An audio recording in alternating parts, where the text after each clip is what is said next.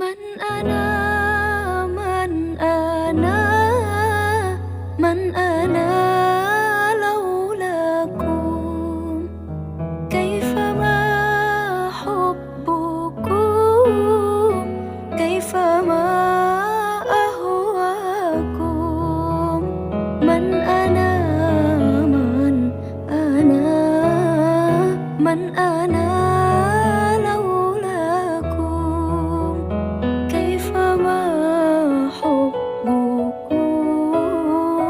كيفما أهواكم. Assalamualaikum warahmatullahi wabarakatuh. Alhamdulillahirrabbilalamin. Wassalatu wassalamu ala asrafil anbiya wal mursalin wa ala alihi wa sahbihi ajma'in, amma ba'du.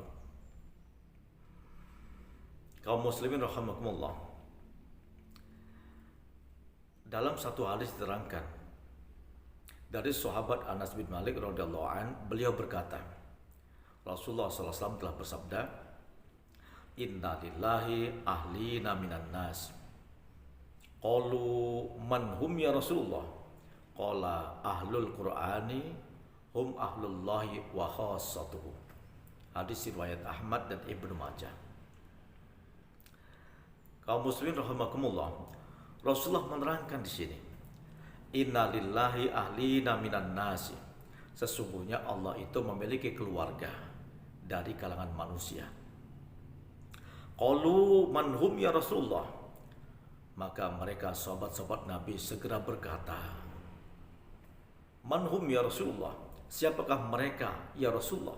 Yang maksudnya adalah keluarga-keluarga Allah itu.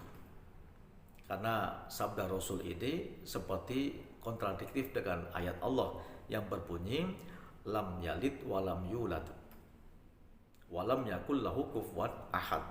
Allah itu tidak beranak dan diperanakkan, dan juga tidak ada satupun yang sekufu, yang setingkat, yang setara, yang sebanding dengan Allah Subhanahu wa taala. Tapi Rasul mengatakan sesungguhnya Allah itu memiliki keluarga dari kalangan manusia. Ini membuat takjub para sahabat. Lalu Rasul mengatakan dalam sabda beliau, qala, Rasul bersabda, ahlul Qur'ani hum ahlullahi wa khassatuhu.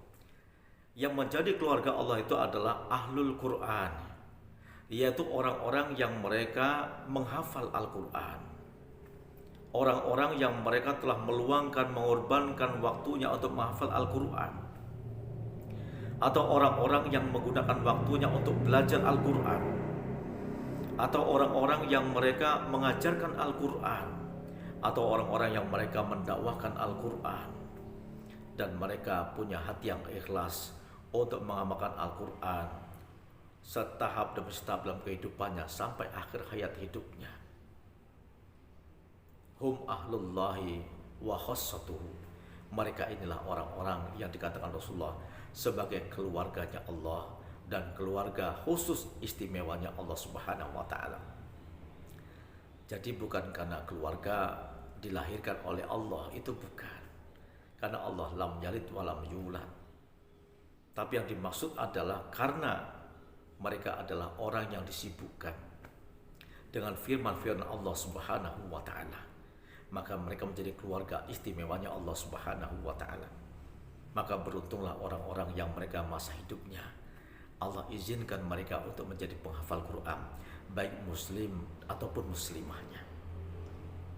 Demikian juga orang yang mereka dalam mencari nafkah kehidupannya disibukkan untuk mencari nafkahnya, tapi dalam kesibukan dunianya itu mereka meluangkan waktu untuk baca Al-Quran, apakah itu satu ain, apakah itu satu surah, apakah itu satu juz, sehingga mereka bisa mengkhatamkan Al-Quran dari waktu ke waktu mereka. Maka tidak ada alasan kita untuk tidak meluangkan waktu untuk duduk berlezat-lezat dengan Al-Quran. Atau di kantor kita siapkan Al-Quran. Atau di kendaraan kita, dalam HP kita siapkan aplikasi Al-Quran. Sehingga di waktu sela-sela itulah kita sedikit meluangkan waktu untuk baca Al-Quran. Dalam kesibukan itu Allah akan menghargai waktu kita itu. dengan pahala-pahala yang tidak terhingga di Allah Subhanahu wa taala. Maka kepada anak-anak yang masih belajar untuk mengeja huruf-huruf Al-Qur'an, dimulai tahapan daripada baca Iqra kita, ataupun orang-orang yang sudah usia dewasa dan tua namun belum bisa membaca Al-Qur'an, maka jangan berputus asa. Tidak ada alasan untuk tidak kita belajar Al-Qur'an. Mulailah kita belajar Al-Qur'an dengan tidak malu-malu, karena kita dalam rangka mencari ridho Allah Subhanahu wa taala. Maka daripada itu, semoga Allah senantiasa memberikan kita tambahan hidayah iman dan Islam kita, sehingga kita dengan bimbingan Al-Qur'an itulah, di atas Qur'an itulah kita akan hidup dan mati dengan kalimat la ilaha illallah. Dan semoga kita dan keluarga kita digolongkan orang-orang yang menjadi keluarganya Allah di dunia ataupun di akhirat yang abadi selamanya. Assalamualaikum warahmatullahi wabarakatuh.